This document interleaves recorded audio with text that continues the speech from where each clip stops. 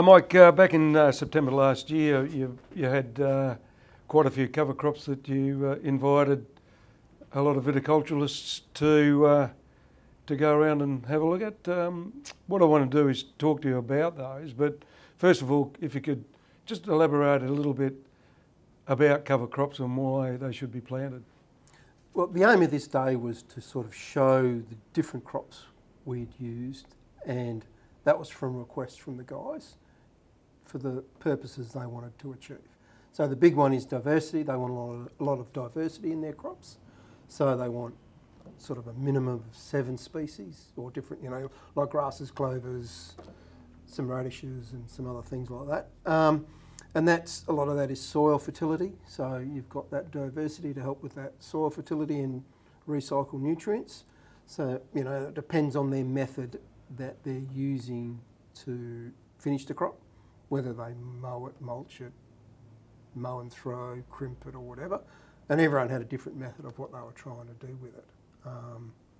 And all of these crops were fairly similar in that they had some cereals, legumes, some radishes, and there was a few other different bits and pieces. So we did a couple of blends where we tried a few different things with like mustard and quinoa and Swiss chard.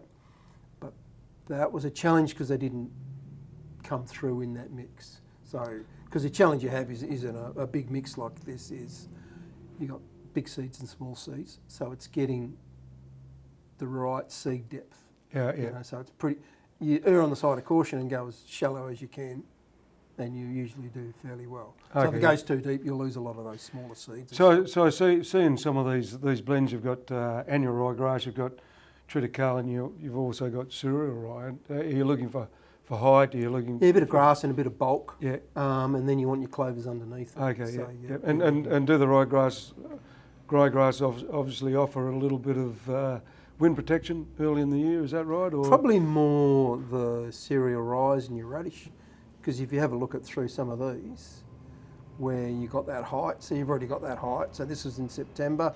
We'd had a dry spell as well before this, which you'll see in a couple of the other photos, that affected the faba beans. Okay. So it was on some sandier ground, and the faba beans were starting to finish, and they were looking distressed. So yeah.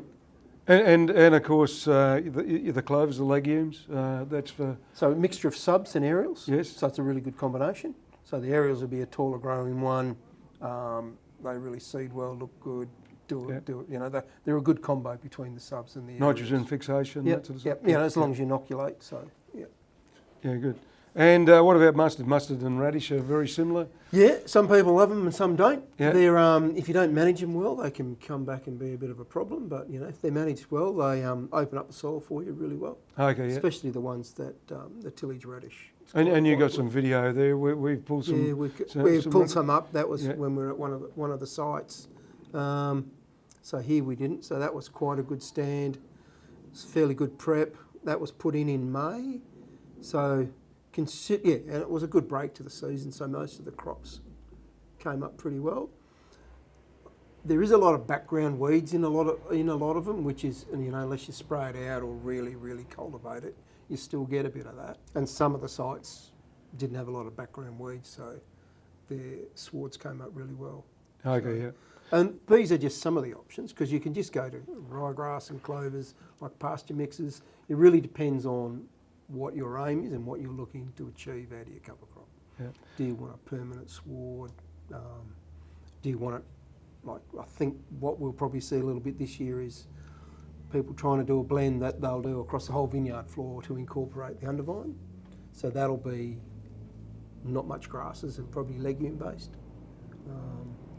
And that just gives a better management for the organic guys and the people that don't want to spray out, so you don't have a lot of bulk tall stuff under vine. Okay, so it's a different way of looking at how you could do it. So Mike, the cover crop field walk was in September, and we've got some really good footage here. Did you want to go through some of these? So this crop here was a blend I worked with to do it. So that had a heap of, that was rye, cereal rye, ryegrass, oats, radish, brassica, chicory, vetch clover, crimson clover, sub-clover, faba beans, plus mustard, quinoa and Swiss chard.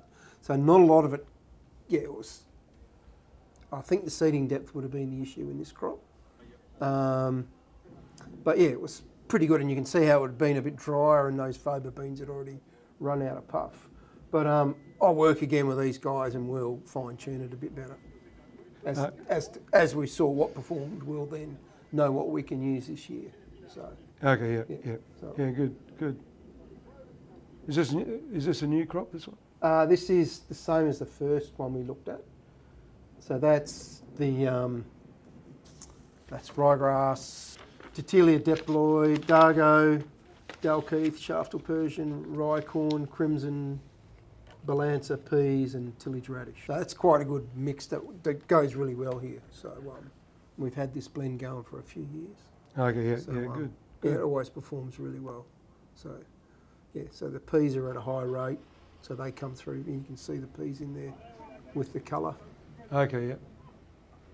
And then we got a bit more where we pulled out the radish. That was at the next site. Yeah, that gives you a good idea of what's in there, so how well it comes through. So it's well suited to this area. This is the one where we looked at so this has got very radish dominant.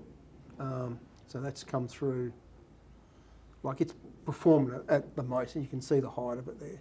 That is a great crop of radish. Yeah, and there's a lot of stuff underneath there too, though. If we can, So you got the cereal rye and the triticale, and then underneath were the clovers. So so there's an idea of, and they were getting bigger and bigger, so there was still a fair bit more to go. So, Mike, all these cover crops, and we're sort of taken through to mid-October, and they're mulched down.